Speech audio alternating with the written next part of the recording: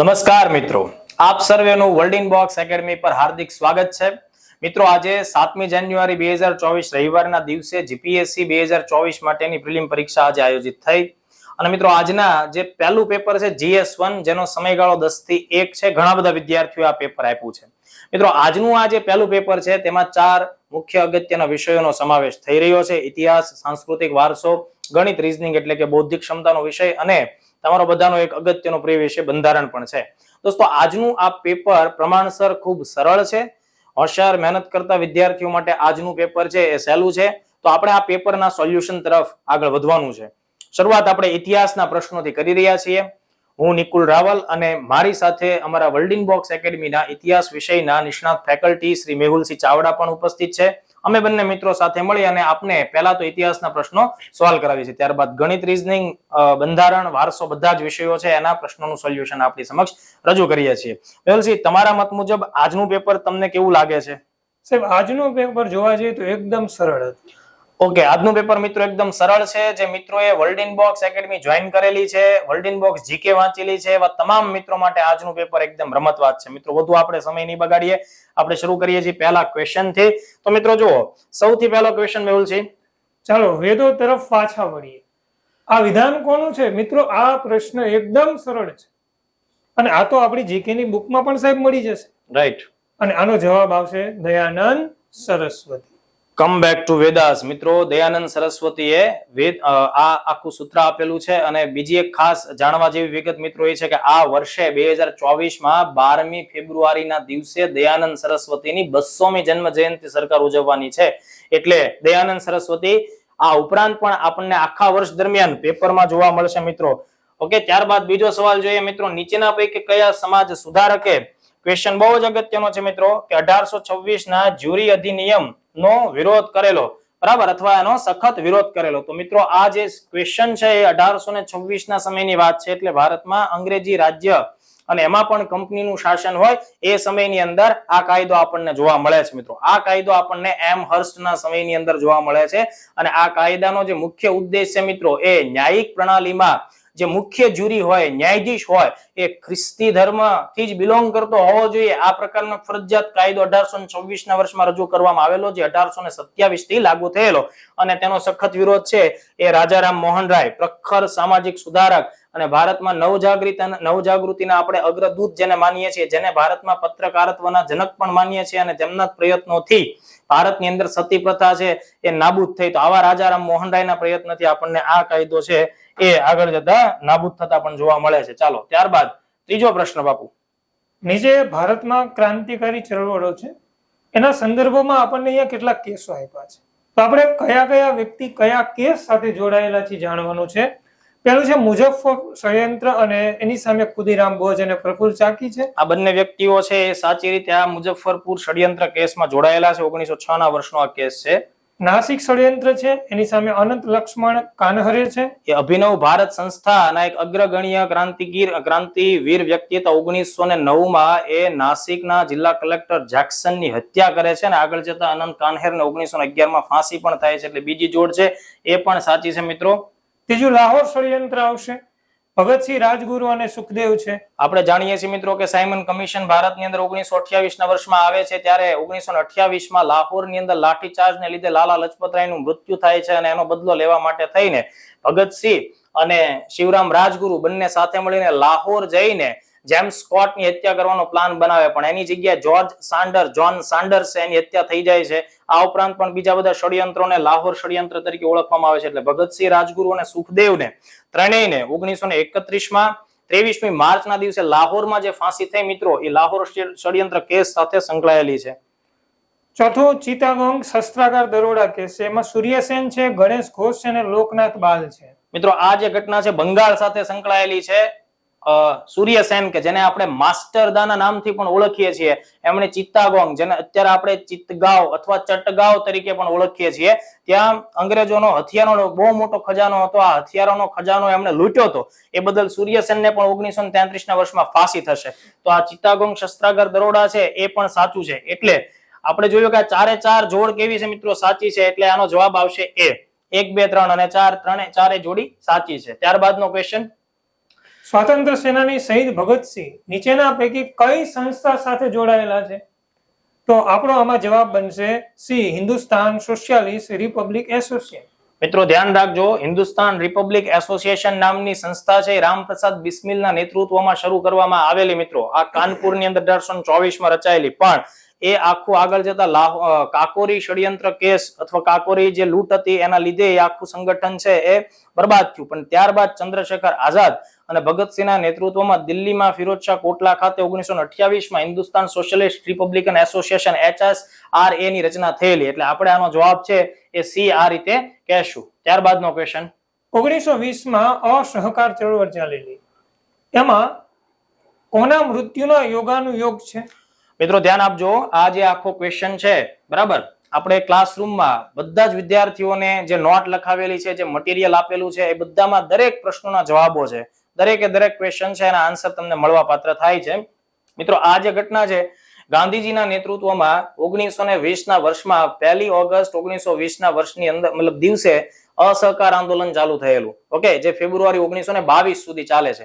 હવે 1 ઓગસ્ટ 1920 ના દિવસે ગાંધીજીએ પોતાનો જે કેસરે હિન્દનો ખિતાબ પણ સરકારને પરત કર્યો અને એ જ દિવસે એમણે અસહકાર આંદોલન ચાલુ કર્યું. અને એ જ દિવસે યોગાનુયુગ ઘટના એવી છે મિત્રો કે તિલક સાહેબ, લોકમાન્ય તિલક અથવા બાલ ગંગાધર તિલક કે જેનું મૂળ નામ કેશવ હતું, ઓકે, તેમનું 1 ઓગસ્ટ 1920 ના દિવસે મુંબઈ ખાતે નિધન થયું. મિત્રો લોકમાન્ય તિલક એક એવા અગ્રગણ્ય ક્રાંતિકારી નેતા હતા કે જેઓ જહાલવાદ, ઉગ્રવાદ છે એને રિપ્રેઝેન્ટ કરે છે. એવો ક્યારેય કોંગ્રેસના અધ્યક્ષ ભલે ન બન્યા, પણ એમનું નિધન થયું અને અસહકાર આંદોલન ચાલુ થાય છે દિવસે. એટલે માર્ચ 1921 ના વર્ષમાં અસહકાર આંદોલન દરમિયાન લોકમાન્ય તિલકની સ્મૃતિમાં તિલક સ્વરાજ ફંડની પણ કોંગ્રેસે રચના કરેલી અને જેનો ટાર્ગેટ 1 કરોડ રૂપિયાનો હતો બાપુ. અને સૌથી વધુ રૂપિયા એમાં બોમ્બે પ્રાંતમાંથી મળ્યા હતા. એટલે ગાંધીજીએ બોમ્બે માટે બોમ્બે ધ બ્યુટીફુલ આવો શબ્દ પણ પ્રયોગ કરેલો છે. અને સાહેબ એની અંદર 15 લાખ રૂપિયા તો આપણા ગુજરાતમાં 15 લાખ રૂપિયા ગુજરાતમાંથી પણ મળેલા છે. મિત્રો આ બધા જ ડેટા ડિટેલમાં તમારી નોટમાં, તમારા મટીરિયલમાં અહીંના ફેકલ્ટીએ તમને લોકોને લખાવ્યા છે. પ્રશ્ન બહુ જ ઈઝી છે.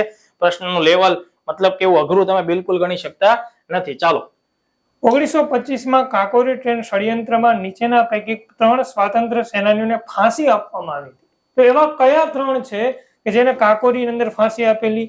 તો આની અંદર આપણો જવાબ બનશે રોશનસિંહ, રામપ્રસાદ બિસ્મિલ અને અશફાક ઉલ્લા ખાન. મિત્રો મેં તમને હમણાં વાત કરી 1924 ના વર્ષમાં હિન્દુસ્તાન રિપબ્લિક એસોસિએશન છે એની રચના કરવામાં આવી હતી અને એના મુખ્ય સૂત્રધાર રામપ્રસાદ બિસ્મિલને આપણે માનીએ છીએ. બરાબર, આ રામપ્રસાદ બિસ્મિલ છે મિત્રો, એમણે રંગ દે બસંતી ચોલા આ જે આખું કાવ્ય છે એની રચના કરેલી અને એમણે કાકોરી ષડયંત્ર, કાકોરી ટ્રેન લૂંટવાનું નક્કી કરેલું.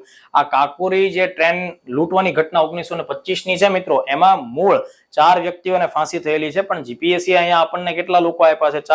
4 માંથી 3 વ્યક્તિઓનો ઉલ્લેખ કરવામાં આવેલો છે. એટલે આપણે અહીંયા એ પ્રશ્નનો જવાબ જોઈએ તો ટોટલ 4 થાય છે, પણ અહીંયા જે 3 છે તો એ 3 રોશન છે, રામપ્રસાદ બિસ્મિલ અને અશફાક ઉલ્લા ખાન છે. આ ઉપરાંત રાજેન્દ્ર લાહિરી અથવા રાજેન્દ્ર લાહિડી નો પણ ફાંસી પામેલા ક્રાંતિવીરોમાં સમાવેશ થાય છે. પણ એમ છતાં પ્રશ્ન છે એ પ્રમાણે આપણો આન્સર છે એ આવે છે. ઓકે, ચાલો આપણે એનાથી આગળના ક્વેશ્ચનને જોઈએ. 7મો ક્વેશ્ચન બહુ જ અગત્યનો ક્વેશ્ચન છે મિત્રો, તમારી નોટમાં તમને બેઠો આન્સર મળવાનો છે. ઉધમસિંહ દ્વારા જે અંગ્રેજ અધિકારીને ગોળી મારવામાં આવી હતી એનું નામ શું છે? સાહેબ એકદમ સરળ ક્વેશ્ચન છે. બરાબર, હવે જો મિત્રો, પણ યસ, આ પ્રશ્ન ટ્વિસ્ટ ક્વેશ્ચન છે. તમને એમ થશે મિત્રો કે ભાઈ ઉધમસિંહ છે ડાયરની હત્યા કરે છે. તો ધ્યાન રાખજો, જલિયાવાલા બાગ હત્યાકાંડની પાછળ જે જવાબદાર અધિકારીઓ છે એમાં જે હાજર સ્થળ ઉપરનો જે લશ્કરી કમાન્ડર છે એનું નામ શું હતું? કર્નલ રેજિનાલ્ડ એડવર્ડ હેરી ડાયર. પણ ધ્યાન રાખજો, ઉધમસિંહ જેની હત્યા કરે છે એ આ એડવર્ડ હેરી ડાયર નથી, એ માઇકલ ઓ ડાયર હતો, જે જલિયાવાલા બાગ હત્યાકાંડની જે ઘટના ઘટી મિત્રો, એ સમયે પંજાબનો લેફ્ટનન્ટ ગવર્નર હતો અને એના ઓર્ડર, એના આદેશથી એડવર્ડ હેરી ડાયરે અમૃતસર જઈ જલિયાવાલા બાગ હત્યાકાંડને અંજામ આપ્યો. હવે જુઓ, તમને લોકોને અહીંયા ડાયર ઓપ્શનમાં આપેલો છે, બરાબર, માઇકલ ઓ ડાયર ઓપ્શનમાં આપેલો નથી. એટલે તમારો જવાબ શું આવશે? ઉપરોક્ત પૈકી એક પણ નહીં. મોટાભાગના જે વિદ્યાર્થીઓ છે, બરાબર, મોટાભાગના વિદ્યાર્થીઓ કદાચ હું માનું છું ત્યાં સુધી આ પ્રશ્નમાં ફસાઈ ગયા છે. આ પ્રશ્નનો જવાબ એને ખોટો આપ્યો. એનું કારણ છે કે 1926 થી 28 વચ્ચે ડાયર છે બરાબર, એ તો કેન્સરની બીમારીથી મૃત્યુ પામ્યો.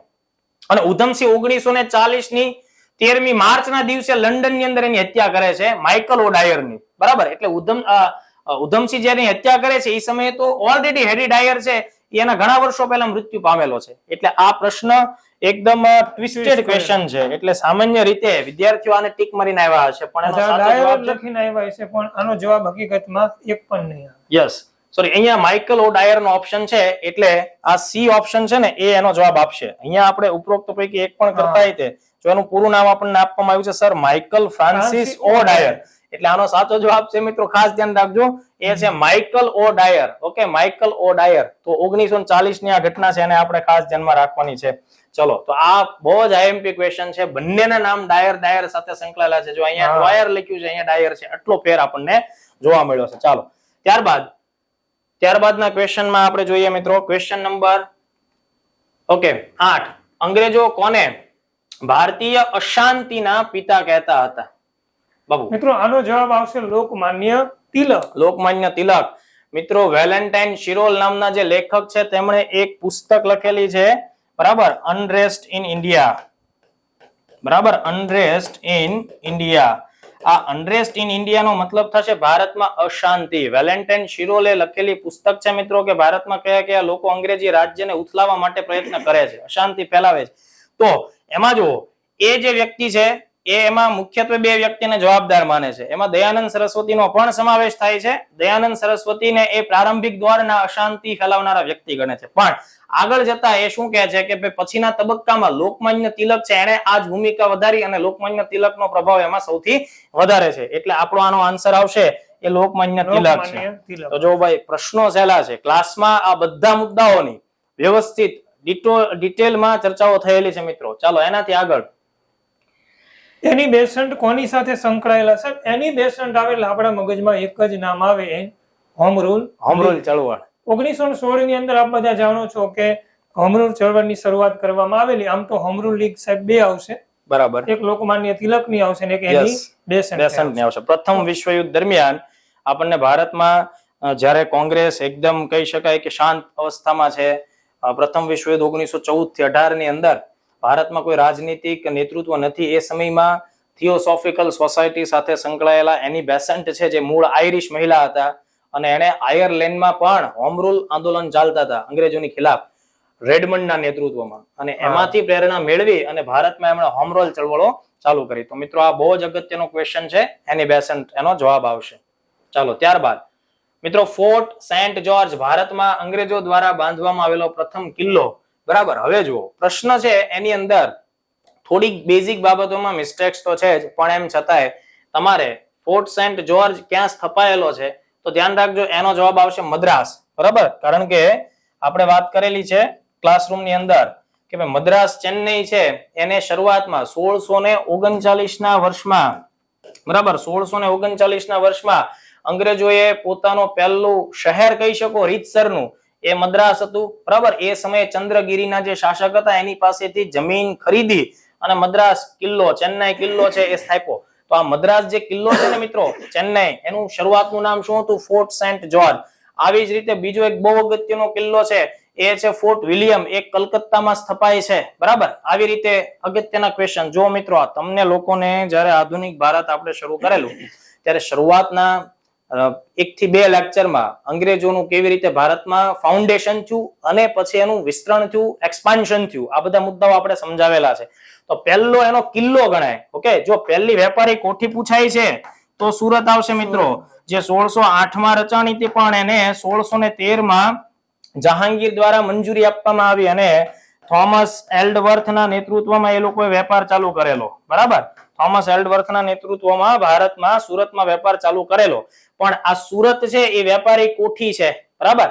પણ પહેલો કિલ્લો છે મિત્રો એ મદ્રાસ છે. તો જે વિદ્યાર્થીઓ વર્ડિંગ બોક્સ ક્લાસ કરેલા છે એમના માટે આ બધા ક્વેશ્ચન છે લલ્લુ પપલું ક્વેશ્ચન છે. ફરીથી કહું છું, એકદમ લલ્લુ પપલું ક્વેશ્ચન છે. એના માટે આ કોઈ મોટી વાત જ નથી. આ બધું જ આપણા મટીરિયલમાં, આપણા ક્લાસરૂમમાં અને ઇવન તમને લોકોને જે ડેઈલી ટેસ્ટ લઈએ છે એ બધામાં આ બધા ક્વેશ્ચનનો સમાવેશ થાય છે. ચાલો બાપુ, નેક્સ્ટ ક્વેશ્ચન જોવો. ડિસેમ્બર 1920 માં કોંગ્રેસના ખાલી જગ્યા ખાતેના અધિવેશનમાં એક સમાધાનકારી વલણ સ્વીકારવામાં આવ્યું અને અસહકાર ટૂંકમાં આપણને એવું સાહેબ કહેવા માંગે છે કે અસહકાર આંદોલનનો ઠરાવ કયા સંમેલનની અંદર લેવામાં આવ્યો? તો આપણો આન્સર આવશે મિત્રો નાગપુર. બરાબર, નાગપુર અધિવેશન છે મિત્રો. નાગપુર અધિવેશનમાં 1920 ના વર્ષમાં કે જેના અધ્યક્ષ હતા વીર એસ સાલેમ વીર રાઘવાચારી. બરાબર, જેના આપણે એસ વીર રાઘવાચારી પણ કહીએ છીએ. એમના નેતૃત્વ નીચેના આ સંમેલનની અંદર ઘણા બધા અગત્યના નિર્ણયો લેવામાં આવેલા. બરાબર, ઘણા બધા અગત્યના નિર્ણયો, જેમાં કે દેશી રજવાડાઓને પણ એવું કહેવામાં આવેલું કે ભાઈ તમે કોંગ્રેસ પ્રત્યે અથવા ભારતની જનતા પ્રત્યે તમારું વલણ સ્પષ્ટ કરો. આવા બધા મુદ્દાઓ પણ એમાં સામેલ છે. ભાષાના આધારે કોંગ્રેસની પ્રાદેશિક સ્થાપનાઓ થાય એવા નિર્ણયો પણ નાગપુરમાં લેવામાં આવેલા છે. અને એમાં સૌથી અગત્યનો મુદ્દો મેં તમને કીધો એ ડિસેમ્બર 1920 માં છે, અસહકારનો કાર્યક્રમ. અને બીજી એક ખાસ વાત, આજે નાગપુર અધિવેશન છે ને, તેમાં અસહકાર આંદોલનનો પ્રસ્તાવ કોંગ્રેસની સામે ચિત્તરંજન દાસ એટલે કે CR દાસ દ્વારા રજૂ કરવામાં આવેલો. બરાબર, અને CR દાસ, ચિત્તરંજન દાસ એટલે સુભાષચંદ્ર બોઝના રાજકીય ગુરુ થાય મિત્રો. અને CR દાસ પહેલા વ્યક્તિ છે જેની અસહકાર આંદોલન દરમિયાન ધરપકડ પણ કરવામાં આવેલી. તો આટલા આઈએમપી ક્વેશ્ચન છે અને આ બધું જ તમારી ક્લાસ નોટમાં તમને બેઠું મળી જાય છે. ચાલો નેક્સ્ટ ક્વેશ્ચન. સાહેબ આ પ્રશ્નમાં થોડી ભૂલ છે. યસ, મહાત્મા ગાંધી ખાલી જગ્યા 1930 ના રોજ દાંડી પહોંચ્યા હતા. હવે દાંડી પહોંચે છે ગાંધીજી કઈ તારીખે? તો આપણે બધા જાણીએ છીએ 5 એપ્રિલ. 5 એપ્રિલ. પણ અહીંયા આપણને ક્યાંય પણ 5 એપ્રિલ નો જવાબ જોવા મળતો નથી. એટલે નજીકનો સાહેબ જવાબ જોવા જોઈએ તો અત્યારે 6 એપ્રિલ થાય. જો નજીકનો જવાબ 6 એપ્રિલ થાય, પણ અમે અમારા ફેકલ્ટી મિત્રો, અમારી ટીમ એમ જણાવે છે કે ભાઈ 5 એપ્રિલ. બરાબર, 5 એપ્રિલ 1930 આ દાંડી જે છે, બરાબર, દાંડી અત્યારે નવસારીમાં આવેલું છે. બરાબર, જૂના સમયમાં સુરત અંતર્ગત હિસ્સો ગણાતો અને દાંડી પહોંચ્યા હતા. બરાબર, હવે જુઓ, દાંડી પહોંચ્યા પછી દાંડી યાત્રામાં એક તો હતા ગાંધીજી, વત્તા એની સાથે હતા 80 સાથીદારો, ટોટલ હતા 81 સત્યાગ્રહીઓ. આ લોકો જે છે એમાં ગાંધીજી છે મિત્રો, એ દાંડીમાં શેઠ સિરાજુદ્દીન વાસીનો બંગલો, બરાબર, સિરાજુદ્દીન વાસીનો જે નિવાસસ્થાન બંગલો હતો જેનું નામ હતું સેફી વિલા. બરાબર, આ સેફી વિલા ખાતે એમનું રાત્રિ રોકાણ થયેલું. અને આ જે બાકીના જે 80 સત્યાગ્રહીઓ છે, બરાબર, એ ડાયાભાઈના નિવાસ સ્થાને બાકીના જે બધા સત્યાગ્રહીઓ છે એમનું નિવાસ સ્થાન થયેલું. અને 6 એપ્રિલ 1930 રવિવારે સવારે 8:30 કલાકે દાંડીના દરિયા કિનારે મીઠું બાપુ ઉપાડે છે. ચપટી મીઠું ઉપાડીને કહે છે કે આથી હું અંગ્રેજી રાજ્યના ઇમારતના પાયામાં લોણો લગાડું છું. એટલે આપણે હમણાં જ વિદ્યાર્થીઓ સાથે આ વાત થયેલી છે.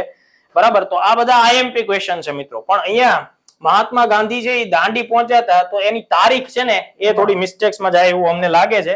સાચો જવાબ એનો 5 એપ્રિલ આવવો જોઈએ. ચાલો ત્યારબાદનો ક્વેશ્ચન આપણે ચકાસીએ મિત્રો. યસ, હૈદરાબાદ રાજ્યને ભારતીય પ્રજાસત્તાકનો ભાગ બનાવવા માટે સરદાર પટેલ દ્વારા કયું ઓપરેશન હાથ ધરવામાં આવેલું? હવે આ બધા જાણો છો કે 3 રાજ્યો જમ્મુ કાશ્મીર, જુનાગઢ અને હૈદરાબાદનો પ્રશ્ન ઉભો થયો હતો.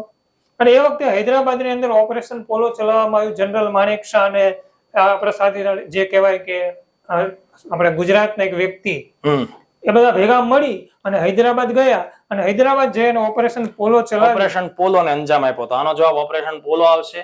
કયા વર્ષમાં સરદાર પટેલ કોંગ્રેસના પ્રથમ નિયુક્ત પ્રમુખ બન્યા? 1931 મિત્રો, કરાચીમાં કોંગ્રેસનું 45મું અધિવેશન આયોજિત થયું અને આ અધિવેશન એટલું મહત્વનું છે. માર્ચ 1931 માં આ અધિવેશન થયું અને આ અધિવેશનની અંદર ભારતના નાગરિકોને મૂળભૂત અધિકારો પ્રાપ્ત થાય અંગેનો કોંગ્રેસે પ્રસ્તાવ પણ સરકાર સમક્ષ રજૂ કર્યો, ફાઇનલાઇઝ કરી. અને સાથોસાથ બીજી ગોળમેજી પરિષદમાં કોંગ્રેસ ભાગ લેશે.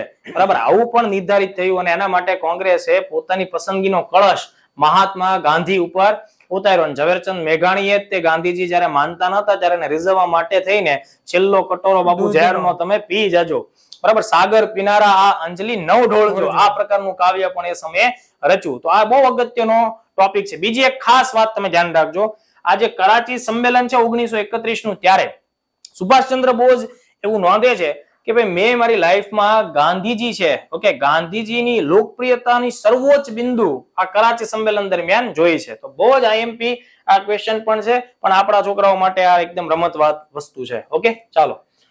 રાષ્ટ્રીય એકતા દિવસ કઈ તારીખે? સાહેબ એકદમ સરળ સવાલ, એકદમ સરળ, 31મી ઓક્ટોબર, સરદાર વલ્લભભાઈ પટેલ સાથે સંકળાયેલો ક્વેશ્ચન છે. ચાલો. ભાષા આધારિત રાજ્યોની રચનાની માંગ પર પુનઃ વિચાર કરવા માટે ધ સ્ટેટ રેગ્યુલરાઇઝેશન કમિશનની રચના 1953. જેનું નેતૃત્વ કોને કર્યું? તો જવાબ આવશે ફઝલ અલી. ફઝલ અલી. ઓકે, તો સાહેબ 1953 ની અંદર ફઝલ અલી પંચની નિમણૂક થઈ, જેમાં હૃદયનાથ કુંજરુ અને કે અંપાનીકર બે સભ્યો હતા. અને એના જ આધારે વિદ્યાર્થી મિત્રો ફઝલ અલી પંચના આધારે એમ કહેવાય છે કે નવા રાજ્યોની રચના, એટલે કે 14 રાજ્યો અને 6 જેટલા કેન્દ્ર શાસિત પ્રદેશ બનેલા છે. Thank you sir. ચલો, સરળ ક્વેશ્ચન છે. ત્યારબાદ મધ્યકાલીન ભારતીય ઇતિહાસમાંથી અલાઉદ્દીન ખિલજી છે એના સમયગાળા સાથે સંકળાયેલો ક્વેશ્ચન આપણને જોવા મળે છે. સમ્રાટ દ્વારા ઊભી કરવામાં આવેલી સેના હોય પણ જેમને રાજ્ય દ્વારા સીધી ચૂકવણી કરવામાં આવતી નથી, સ્ટેટ એને સીધી ચૂકવણી નથી કરતી, પણ જેમને મનસબદારના હવાલે હેઠળ મૂકવામાં આવેલી હોય એવી જે સૈન્ય ટુકડી છે મિત્રો, એને શું કહેશું? દાખીલી કહેશું. બરાબર, એને દાખીલી સ્વરૂપે ધ્યાન રાખશું. ચાલો, ત્યારબાદ અસહકારની ચળવળ વિશેના વિધાનો છે બાપુ. 1921 અને 1922 વચ્ચે વિદેશી વસ્ત્રોની આયાતની અડધી થઈ ગઈ હતી. તો આ વિધાન પણ આપણે સાચું ગણીશું. સાચું માનશું.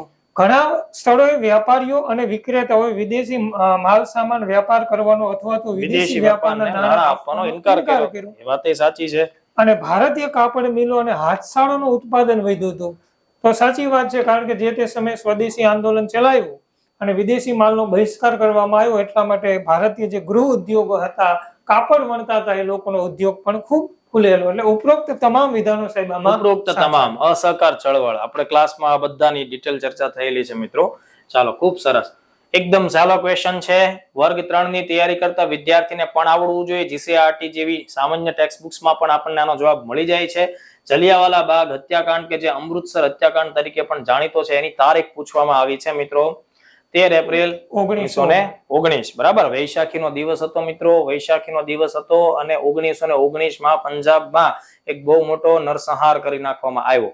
બરાબર, આ નરસંહાર છે એ વાઇસરોય ચેમ્સફોર્ડના સમયગાળાનો આ ઘટના છે આખી. બરાબર, ચેમ્સફોર્ડના સમયમાં ઘટના છે. અગાઉ પણ આપણે પેલો ક્વેશ્ચન જોયો ત્યારે પણ જલિયાવાલા બાગ છે એની ઉપર વાત કરી હતી. આ આખા ઘટનાક્રમની પાછળ રોલેટ એક્ટ જવાબદાર છે. બરાબર, અને એના માટે રોલેટ એક્ટ કે જે સરકારે માર્ચ 1919 માં આ કાયદો નક્કી કર્યો, જેનું મૂળ નામ એનાર્કિયલ એન્ડ રિવોલ્યુશનરી ક્રાઇમ્સ એક્ટ આપણે તરીકે ઓળખીએ છીએ. આ આખી ઘટના થઈ અને આ ઘટના છે એની તપાસ કરવા માટે થઈને સરકારે હન્ટર સમિતિ રચી હતી, પણ એનો રિપોર્ટ આપણને નિરાશા આપનારો હતો. બરાબર, જનરલ ડાયર કે જેને સ્થળ ઉપર આ ઘટનાનો અંજામ આપ્યો, એને સરકારે ખૂબ ભવ્ય સન્માન કર્યું. અને આ બધાનું જ રિએક્શન સાથે મળીને આપણને જોવા મળે એ અસહકાર આંદોલન સ્વરૂપે જોવા મળે છે. તો આ એકદમ સહેલો ક્વેશ્ચન પૂછ્યો છે. પછી જો મિત્રો એક ક્વેશ્ચન છે, નીચેના પૈકી કોને ભારતના માર્ટિન લ્યુથર તરીકે ઓળખવામાં આવે છે? તો જો ધ્યાન રાખો, વર્લ્ડિંગ બોક્સ એકેડમીમાં તમે ભણ્યા હો અને અભ્યાસ કર્યો હોય તો આ ક્વેશ્ચનનો જવાબ 100% તમારો સાચો જ પડવાનો છે. ડી ઓપ્શન છે, દયાનંદ સરસ્વતી. મિત્રો, દયાનંદ સરસ્વતીને આપણે ભારતના માર્ટિન લ્યુથર કહીએ છીએ. મટીરિયલમાં પણ તમને આ વિગત આપવામાં આવી છે. આનું કારણ એ છે કે 1863 ના વર્ષમાં, બરાબર, 1863 ના વર્ષમાં દયાનંદ સરસ્વતી છે એમના દ્વારા પાખંડ ખંડીની પત્રિકાઓ જાહેર કરવામાં આવેલી. બરાબર, પાખંડ ખંડીની પત્રિકાઓ જાહેર કરવામાં આવેલી. એટલે દયાનંદ સરસ્વતીએ એવું કામ કર્યું કે જે અગાઉ ખ્રિસ્તી ધર્મની અંદર જે બુરાઈઓ હતી, બદીઓ હતી, એને દૂર કરવા માટે માર્ટિન લ્યુથરે જેમ ચર્ચ એટલે કે દેવળના દરવાજા ઉપર પત્રિકાઓ છાપી હતી, બરાબર, અને ચોતરફી પત્રિકાઓનું વિતરણ કર્યું હતું. આવું જ કામ હિન્દુ ધર્મની અંદર જે પણ કોઈ પ્રકારની ગેરરીતિઓ થાય છે ધર્મના નામે, એનો વિરોધ કરવા માટે થઈને પાખંડ ખંડીની પત્રિકાઓ એમણે વેચી. એટલા માટે આપણે આનો જવાબ છે એ દયાનંદ સરસ્વતી આવશે એનો જવાબ. તો દયાનંદ સરસ્વતી પર 2 ક્વેશ્ચન આપણને આ પ્રિલિમમાં જોવા મળે છે. ચલો બાપુ, ઉપનિષદો ખાલી જગ્યા વિશેના પુસ્તકો છે. મિત્રો, ઉપનિષદોની સંખ્યા 108 છે, જેને આપણે વેદાંત તરીકે ઓળખીએ છીએ. જેમાં મુખ્ય 11 હતા: ઈ, સ્કેન, કટ, મુંડક, માંડુક્ય, છંદોક્ય, ઐતરેય, તૈત્તિરીય, પ્રશ્ન, બૃહદારણ્યક અને આ જે 11 ઉપનિષદો આપણને આમાં જોવા મળ્યા છે. તો એમાંથી મિત્રો ઉપનિષદો છે કયા વિષયના પુસ્તકો છે? તો આપણો જવાબ આવશે દર્શન શાસ્ત્ર.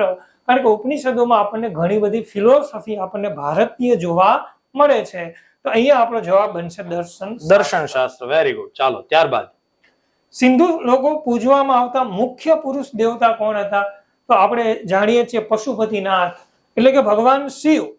એની એક આપણને સરસ મજાની મુદ્રા મોહેન્જો-દડોમાંથી પ્રાપ્ત થાય છે.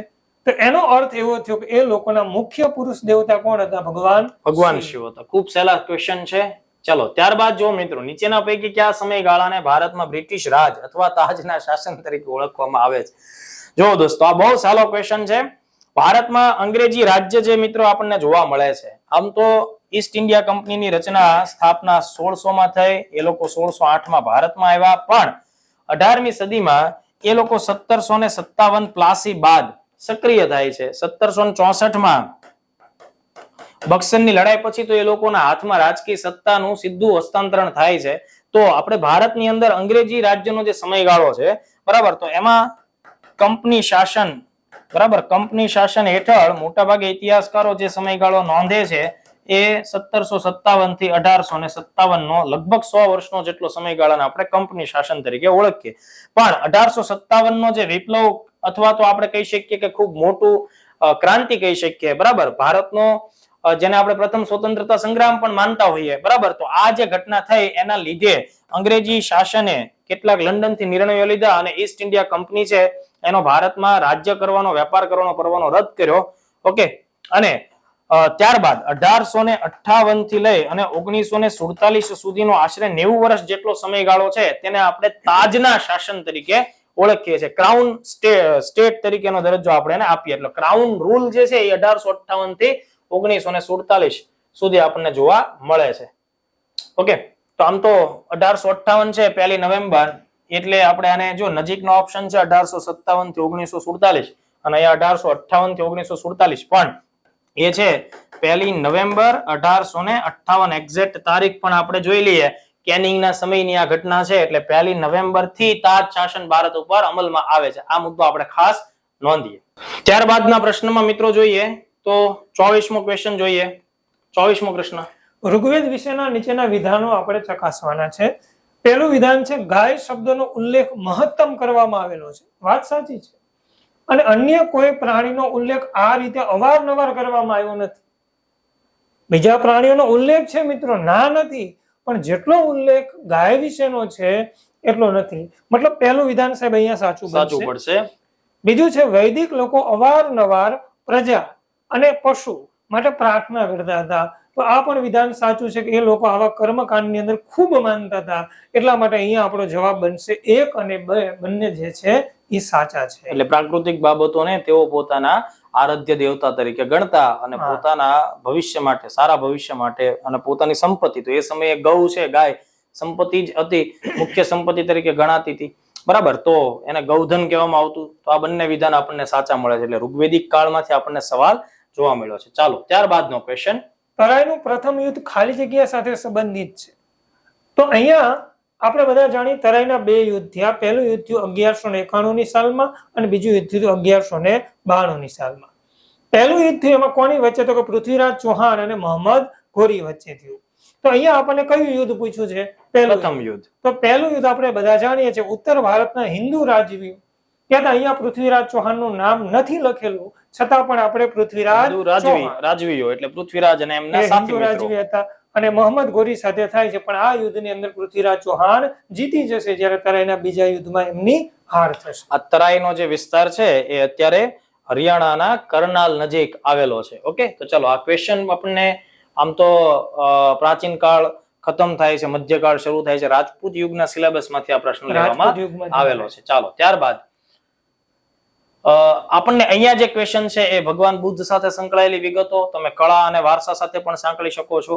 તો હિન્દુકુશ પર્વતોમાં આવેલ બામિયાનની ખાણ છે રેશમી કાપડના વેપારી માર્ગનું પ્રારંભિક કેન્દ્ર હતું. તો મિત્રો ધ્યાન રાખજો, હિન્દુકુશ એટલે અત્યારે અફઘાનિસ્તાન વાળો જે વિસ્તાર છે એ વિસ્તાર થશે, બરાબર. હિન્દુકુશ જે પર્વતમાળા છે એમાં આપણને ખ્યાલ છે કે ભાઈ ચીન થી સિલ્ક રૂટ જતો હતો, મધ્ય એશિયાથી યુરોપ સુધીના પ્રદેશો સુધી વેપાર કરવા માટે થઈને સિલ્કી રૂટ હતો. તો આ રેશમી કાપડના વેપાર માર્ગનું એક બહુ જ અગત્યનું મુખ્ય કેન્દ્ર હતું. ઓકે, અને જ્યાં વેપારી કેન્દ્ર હોય મિત્રો ત્યાં આર્થિક રીતે સંપન્નતા હોય, ત્યાં તમામ પ્રકારના ક્ષેત્રના માણસો હોય, એટલે કલાકારો હોય અને ધાર્મિક રસ રુચિ ધરાવતા માણસો પણ હોય. એટલા માટે થઈને આ જે બામિયાન છે, બરાબર, ત્યાં બૌદ્ધ શૈલી છે એનો વિકાસ થયેલો. અને આર્થિક ક્ષેત્ર હોય કોઈ પણ સેન્ટર, ધ્યાન રાખજો, ત્યાં અલગ અલગ પ્રાંતના લોકો ભેગા થતા હોવાને લીધે સાંસ્કૃતિક સમન્વય પણ તમને જોવા મળશે. એટલે બામિયાન બુદ્ધ પ્રતિમા છે એમાં ગુપ્ત, સાસની અને ગ્રીક શૈલીઓનો સંગમ થાય. તો મેં તમને હમણાં કીધું કે જે પણ વેપારી પ્રદેશ હોય, જે બરાબર, તો ત્યાં આપણને શું મળે? અલગ અલગ કલ્ચરની વેરાયટીઝ મળે. એટલે આ બીજું વિધાન પણ સાચું છે. બામિયાનના બુદ્ધ અવશેષો યુનેસ્કોની વિશ્વ હેરિટેજ યાદીમાં સ્થાન પામનાર અફઘાનિસ્તાનનું પહેલું સ્થળ છે. તો આ ત્રણે ત્રણ વિધાનો આપણા માટે સાચા બને છે. ચાલો ત્યારબાદ નીચેના વિધાનો ધ્યાનમાં લો.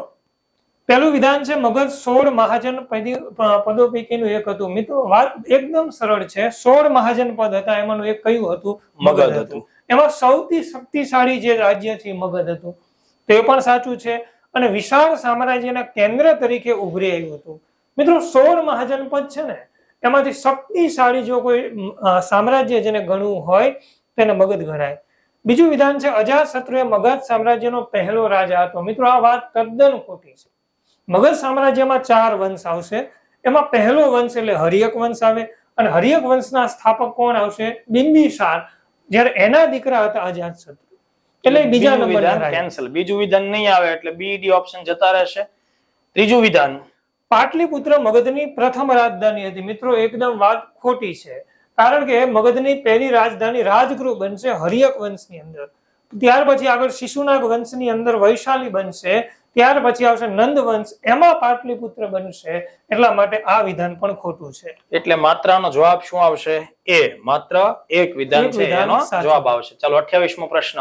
અહીંયા આપણને કેટલાક જોડ આપી છે. એક બાજુ સામ્રાજ્યો આપ્યા છે, એક બાજુ એની રાજધાની આપી છે. તો જો અહીંયા મગધ છે તો કે એની રાજધાની કઈ આવી? રાજગૃહ. તો વાત સાચી છે, પહેલી રાજધાની રાજગૃહ હતી, હમણાં જ આપણે વાત થઈ. બીજી આવશે કૌશલા. કૌશલા કહેતા હાલનો અયોધ્યા, એની રાજધાની મિત્રો શ્રીવસ્તી હતી. જ્યારે અહીંયા શું આપ્યું છે? તક્ષશિલા. તક્ષશિલા ગાંધાર મહાજન પદ છે, તો તેની રાજધાની આવશે તક્ષશિલા, ગાંધાર સાથે સંબંધિત. એક ખોટું છે, એટલે બે ઓપ્શન છે એ નીકળી જશે. અવંતી, તો અવંતીમાં ઉજ્જૈન આવશે મધ્યપ્રદેશની અંદર. મતલબ અહીંયા આપણો જવાબ બનશે 1 અને 3. ઓકે, ચાલો ત્યારબાદ ચોથ અને સરદેશમુખી કરવેરાની સંકલ્પના ખાલી જગ્યાના શાસનકાળ દરમિયાન કરવામાં આવી હતી. એકદમ સરળ ક્વેશ્ચન છે. શિવાજી મહારાજ છે એના સમયની અંદર આ બંને કરવેરા છે એ પૂછાયેલા છે.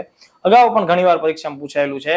બરાબર, જેમ કે ચોથ સરદેશમુખી કર પ્રણાલી છે એ કયા મતલબ કે કોના શાસન દ્વારા? તો એમાં ઓપ્શનમાં મરાઠાઓ પણ આપે, જેમ કે અહીંયા બધા મરાઠા જ છે.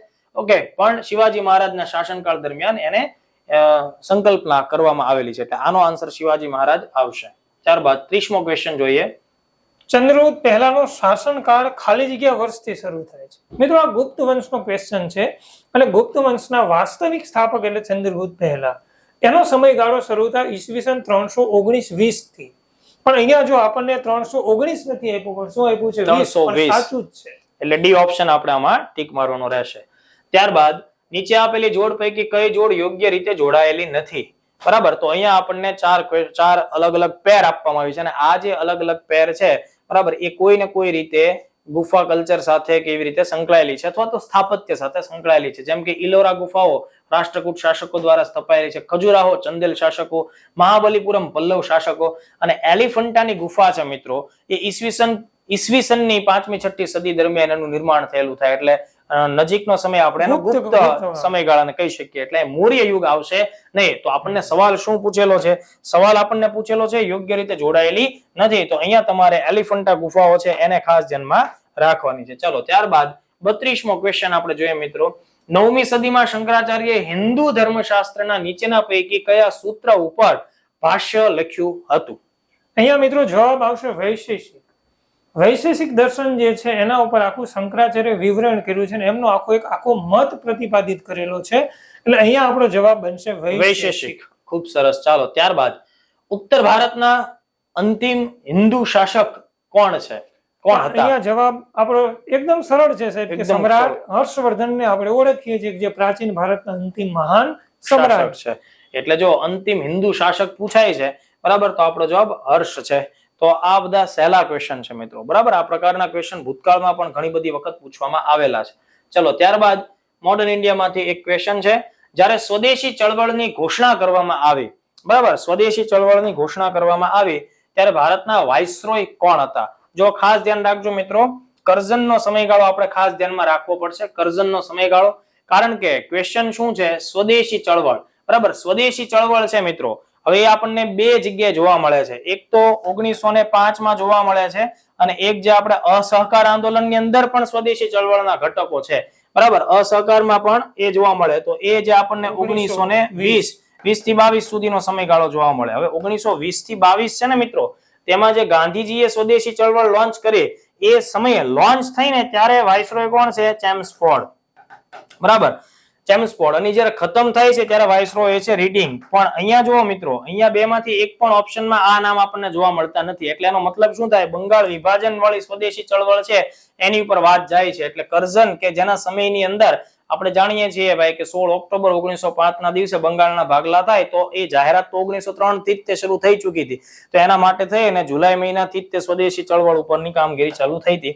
એટલે બંગભંગ ચળવળ અને સ્વદેશી આંદોલન યસ, બંગભંગ ચળવળ જેને કહી શકીએ, રાઈટ. તો આ મુદ્દો આવશે, જવાબ આવશે કરઝન.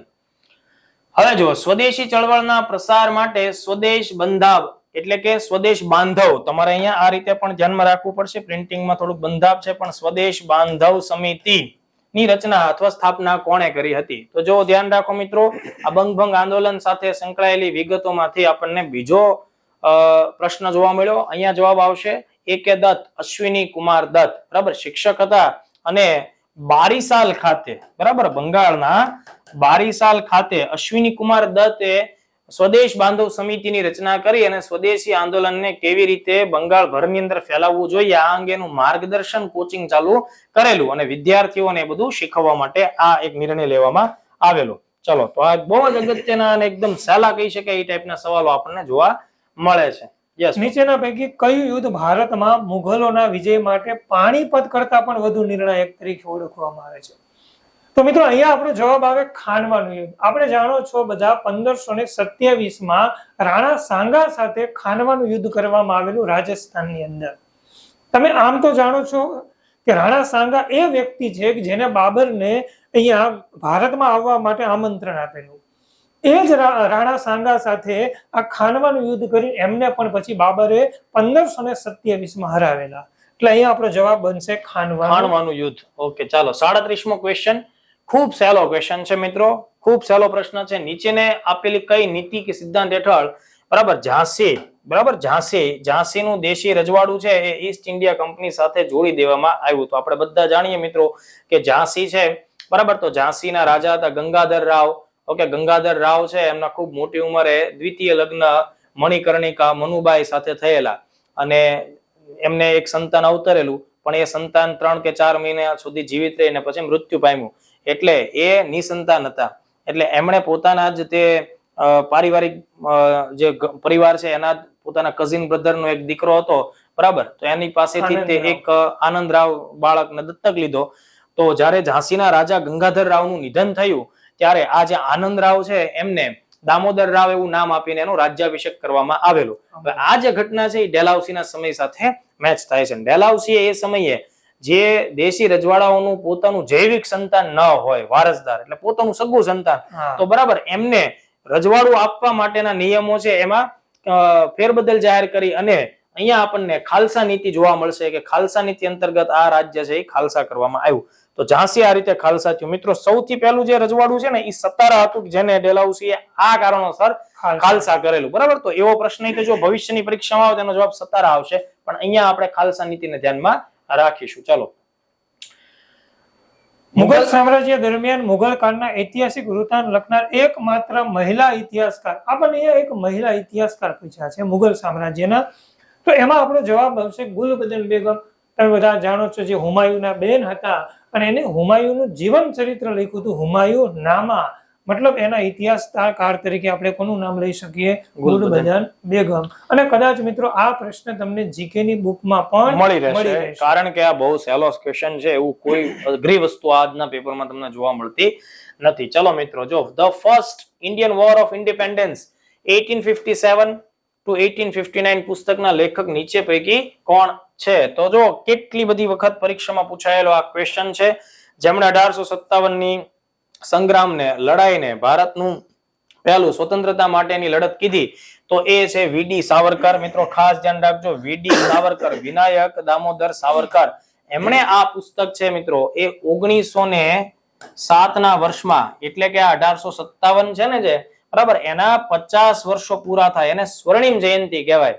તો આ ઘટનાના 50 વર્ષ પૂરા થયા એ સ્વર્ણિમ જયંતિની ઉજવણી કરવાના ભાગ સ્વરૂપે 50 વર્ષ પછી 1907માં લંડન ખાતે, બરાબર, લંડન ખાતે શ્યામજી કૃષ્ણ વર્મા દ્વારા સ્થાપિત થયેલું જે ઇન્ડિયા હાઉસ છે મિત્રો, બરાબર, ઇન્ડિયા હાઉસ, તો ત્યાં એની એક ભવ્ય ઉજવણી કરેલી, બરાબર. અને આ પુસ્તક લોન્ચ કરવાનો એક કાર્યક્રમ નક્કી કરેલો, જેના અધ્યક્ષ સરદારસિંહ રાણાને બનાવવામાં આવેલા. તો સરદારસિંહ રાણાની અધ્યક્ષતા હેઠળ ઇન્ડિયા હાઉસ ખાતે આ કામ થયેલું. પણ સરકારને અગાઉ આ વસ્તુનો ખ્યાલ હતો, મતલબ કે કોઈ એને માહિતી આપેલી કે વિનાયક સાવરકર છે ને એ આ પ્રકારનું 1857 ની ક્રાંતિ ઉપરનું પુસ્તક લખે છે અને એ એવું કહેવા માંગે છે કે ભારતની સ્વતંત્રતા માટેની લડત હતી. એટલે સરકારને જયારે ગુપ્તચરોએ માહિતી આપી એટલે સરકારે એક જાહેરનામું બહાર પાડેલું કે ભાઈ જો ભવિષ્યમાં જ્યારે પણ આ પુસ્તક પ્રકાશિત થાય તો આ પુસ્તક છે એ પ્રકાશિત કરનારી સંસ્થા, કંપની, છાપનારી સંસ્થા છે, વેચનારા વિક્રેતાઓ છે, એ બધા જ લોકો અંગ્રેજી રાજ્યના વિરોધીઓ સાબિત થશે. એટલે સરકારે જાહેરનામું બહાર પાડીને આ પુસ્તક છાપવા ઉપર પણ પ્રતિબંધ મૂકવામાં આવેલો, બરાબર. એમ છતાંય આ પુસ્તક તો છપાયેલું છે.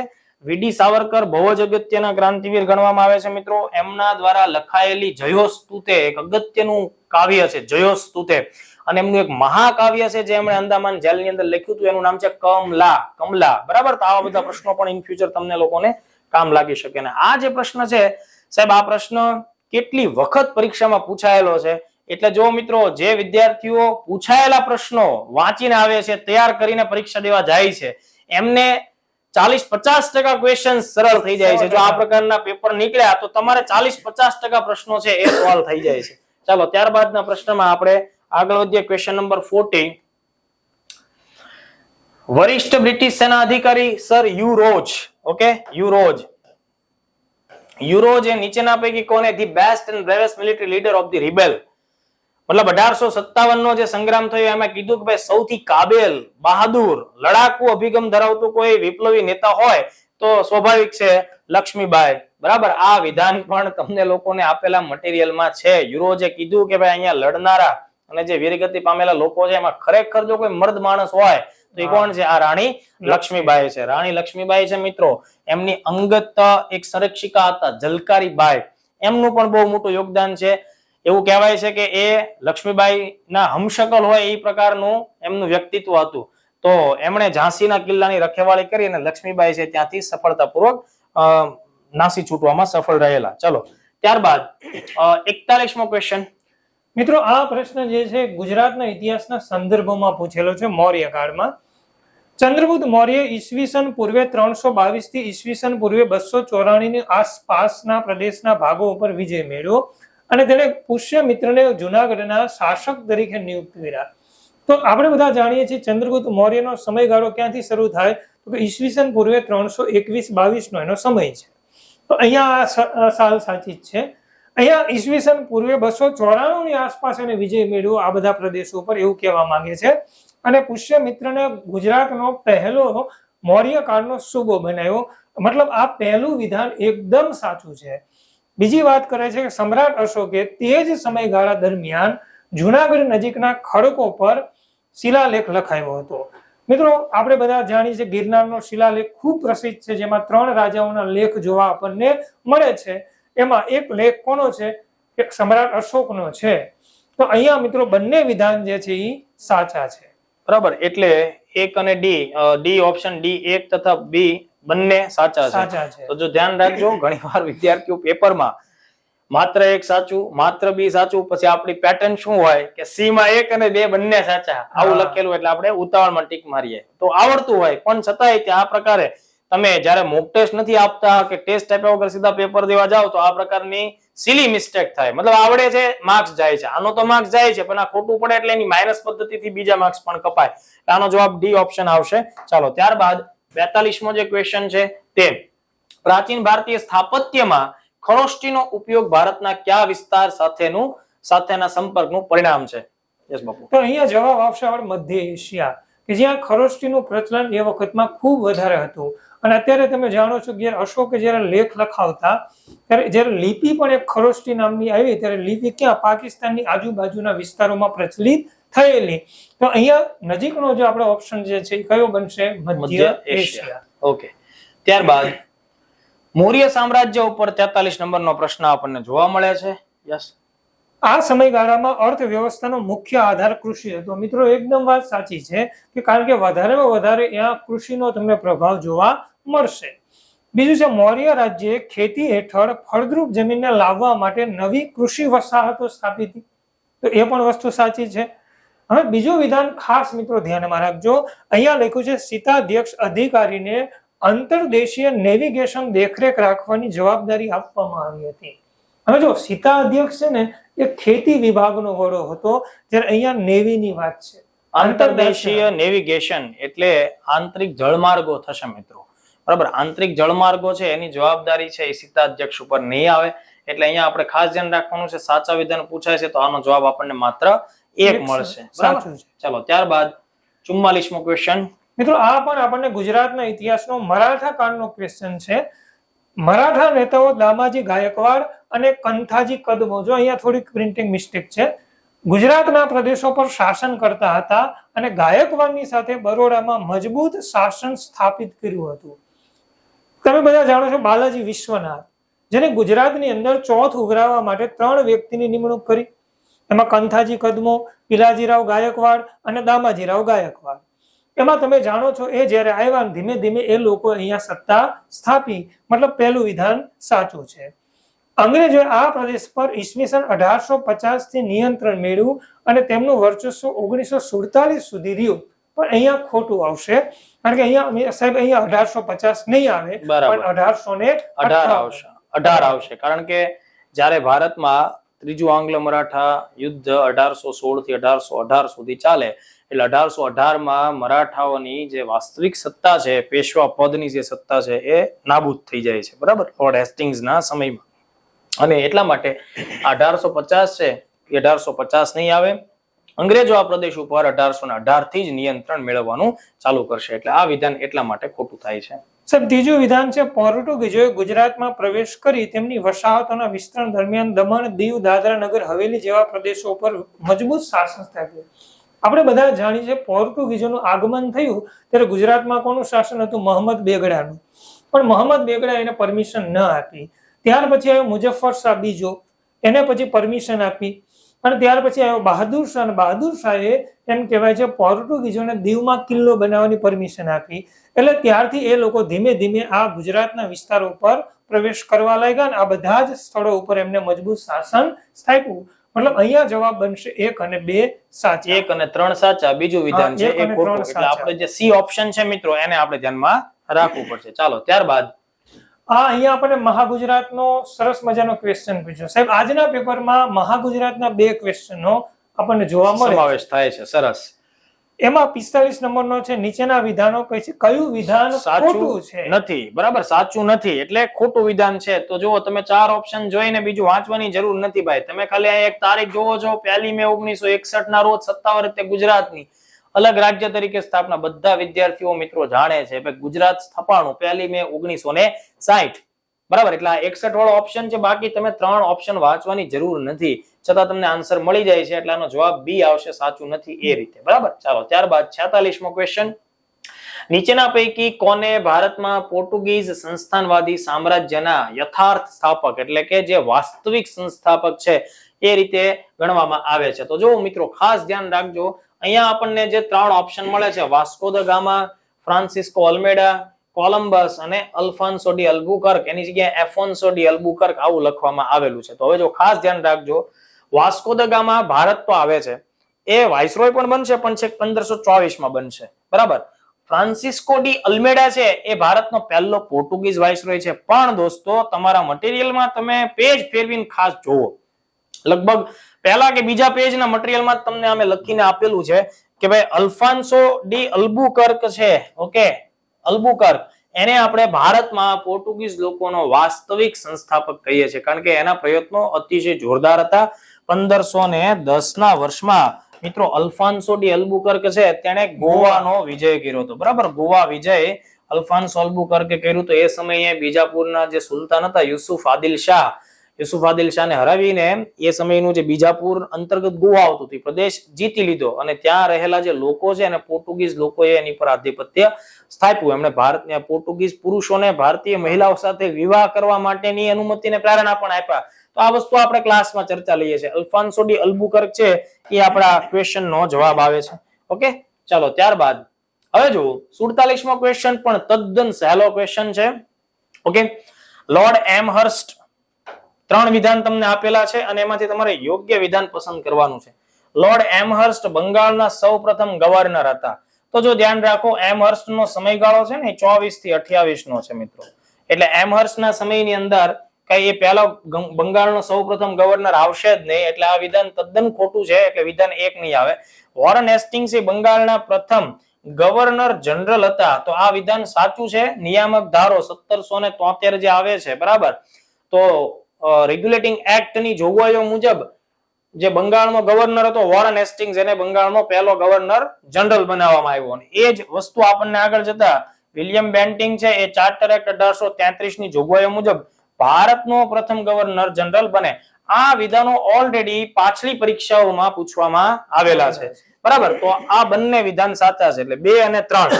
તો અહીંયા આપણને જે બી ઓપ્શન છે એ જવાબમાં આવશે. 2 અને 3 છે એ સાચા છે. એકદમ સરસ સહેલો ક્વેશ્ચન પૂછવામાં આવેલો છે. ચલો ત્યારબાદ કલકત્તા ખાતે આવેલી હિન્દુ કોલેજ, બરાબર, આ પણ બહુ જ અગત્યનો સવાલ છે. તમારા મટીરિયલમાં આની ટોટલ ડિટેલ લખાયેલી છે. કલકત્તા ખાતે આવેલી હિન્દુ કોલેજની સ્થાપના કયા વર્ષે કરવામાં આવી? જો ભાઈ, બનારસની હિન્દુ કોલેજની વાત નથી થતી. અહીંયા તમને શું પૂછવામાં આવ્યું છે?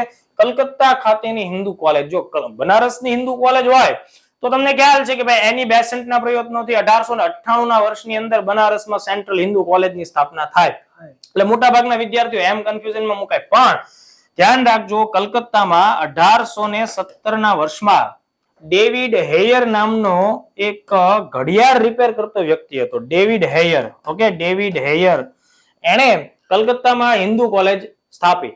અને તમને લોકોને જે સામાજિક સુધારાનું મટીરિયલ અમે આપેલું છે એમાં તમે લોકો રામમોહન રાય, રાજા રામમોહન રાય નું ચેપ્ટર વાંચશો, એમાં બહુ સ્પષ્ટપણે લખેલું છે કે રાજા રામમોહન રાય 1817 માં ડેવિડ હેયરને કલકત્તામાં હિન્દુ કોલેજ સ્થાપવામાં મદદ કરે છે. આ વાત સ્પષ્ટપણે શબ્દો સાથે લખેલું છે, બરાબર. અને આ જ હિન્દુ કોલેજમાં હેનરી ડેરેજિયો પ્રોફેસર તરીકે જોડાય છે. હેનરી ડેરેજિયો, ઓકે, 16 વર્ષની ઉંમરમાં પ્રોફેસર તરીકે જોડાયો અને એને આપણે બંગાળની અંદર તરુણ બંગાળ ચળવળનો પ્રણેતા માનીએ છીએ. તો આ બધા ક્વેશ્ચન્સ તો એકદમ સરળ છે ભાઈ, લોલીપોપ પપલું ટાઈપના ક્વેશ્ચન છે. નથિંગ, આમાં કોઈ કોમ્પ્લેક્સ મુદ્દો આપવામાં આવેલો નથી. પ્રાર્થના સમાજની સ્થાપના કોણે કરી? તો મિત્રો ધ્યાન રાખો, મુંબઈ ખાતે 1867 ના વર્ષમાં મટીરિયલ ખોલી નાખજો, બરાબર. આત્મારામ પાંડુરંગ, હું તમને ક્લાસમાં કહેતો હોઉં છું કે આત્મારામ પાંડુરંગ યાદ રાખવાનું, આત્મારામ ભીડે યાદ નહીં રાખવાનું, બરાબર. આત્મારામ પાંડુરંગે કેશવચંદ્ર સેન છે એની સહાયતાથી 1867 માં પ્રાર્થના સમાજની રચના કરી. તો મિત્રો ખાસ ધ્યાન રાખજો, આ બધા ક્વેશ્ચન્સ તમારા માટે અઘરા નથી, તમારા માટે નવાઈ નથી. તમે લોકોએ જો ખાલી ક્લાસ એટેન્ડ કર્યા હોય, ભાઈ બીજા ચોપડા ન વાંચો તમે, તમને જે ક્લાસમાં મટીરિયલ મળે છે ને એ બેસ્ટ મટીરિયલ છે, એમાંથી જ તમારે વાંચવાનું છે. આ બધા જવાબો લખવાના છે. લોકહિતવાદી, બરાબર, લોકહિતવાદી, તો આ પણ બહુ પપલું ટાઈપનો ક્વેશ્ચન છે. ગોપાલ હરિ દેશમુખ, બરાબર, ગોપાલ હરિ દેશમુખ મિત્રો આ ન્યાયપાલિકામાં મતલબ કે ન્યાયાધીશ હતા. ગોપાલ હરિ દેશમુખ છે, એમણે લોકહિતવાદી નામથી છાપાઓમાં લેખ લખવાનું, સામાજિક સમસ્યાઓને ઉજાગર કરવાનું કામ ચાલુ કરેલું. મિત્રો આપણા જે શ્યામજી કૃષ્ણ વર્મા ખરા, કચ્છ માંડવીના, બરાબર, શ્યામજી કૃષ્ણ વર્મા છે ને, એમના ફાધર પાસે પૈસા જ નતા એટલા બધા કે એને ભણાવી શકે. પણ કચ્છના માંડવીથી એક શિક્ષકે ગોપાલ હરિ દેશમુખ ઉપર એક સાહેબ કાગળ લખ્યો કે ભાઈ એક છોકરો ધ્યાનમાં છે, ખૂબ હોશિયાર છે, ભણે એમ છે, તમે એને મુંબઈ બોલાવો. તો શ્યામજી કૃષ્ણ વર્માને મુંબઈ બોલાવવામાં આવ્યા. ઓકે, અને ત્યાં ગોપાલ હરિ દેશમુખે એનું પ્રતિભા ચકાસી. એને જયારે એની પર ભરોસો બેઠો એટલે એમણે ઇંગ્લેન્ડ પોતાના મિત્રોના કાગળિયા લખીને શ્યામજી કૃષ્ણ વર્માને ભણવા માટે ક્યાં મોકલ્યા? ઇંગ્લેન્ડ મોકલ્યા. હવે ખાસ ધ્યાન રાખો, આ ઋણ ચૂકવવા માટે થઈને શ્યામજી કૃષ્ણ વર્મા છે ને મિત્રો, એને ઇંગ્લેન્ડ જઈને પોતે જયારે આત્મનિર્ભર અને સદ્ધર થયા એટલે પોતે ભારતના વિદ્યાર્થીઓ માટે સ્કોલરશિપ યોજના ચાલુ કરેલી કે ભાઈ હું જે રીતે ભણ્યો તો મને ચાન્સ મળ્યો. એટલા માટે એમણે આ પ્રકારની સ્કોલરશિપ યોજનાઓ ચાલુ કરી. દયાનંદ સરસ્વતીના નામની સ્કોલરશિપ પણ એમણે જાહેર કરી. તો ધ્યાન રાખજો, લોકહિતવાદી ગોપાલ હરિ દેશમુખ થશે. ત્યારબાદ ચલો તો મિત્રો અહીંયા 50 પ્રશ્નો સાથે ઇતિહાસનું સોલ્યુશન મેં અને મારા પરમ મિત્ર મેહુલસિંહ ચાવડા દ્વારા અહીંયા તમારા લોકો સમક્ષ રજૂ કરવામાં આવેલું છે. મિત્રો વર્લ્ડિંગ બોક્સ એકેડમીના વિદ્યાર્થીઓ માટે ઇતિહાસના પ્રશ્નો તદ્દન સરળ, બધા વિદ્યાર્થીઓ માટે સરળ છે. ટૂંકમાં તમે ક્લાસ સામાન્ય રીતે અટેન્ડ કરેલા છે તો તમને જવાબ આવડે છે. મને તો એવું લાગે છે સાહેબ, આ કદાચ એ ક્લાસ નોટ ખોલશે ને હા, તો પણ આ પ્રશ્ન એને મળી રહેશે, આરામથી મળી રહેશે, પેજ વાઇઝ એમને મળી રહેશે. ખૂબ સરસ. તો ચાલો મિત્રો, હવે તમે ગણિતના સેશન માટે તૈયાર થઈ જાઓ. બાકી દરેક વિષયનું સોલ્યુશન્સ તમારા લોકો સામે રજૂ કરવામાં આવે છે. Thank you. જય હિન્દ, જય ભારત.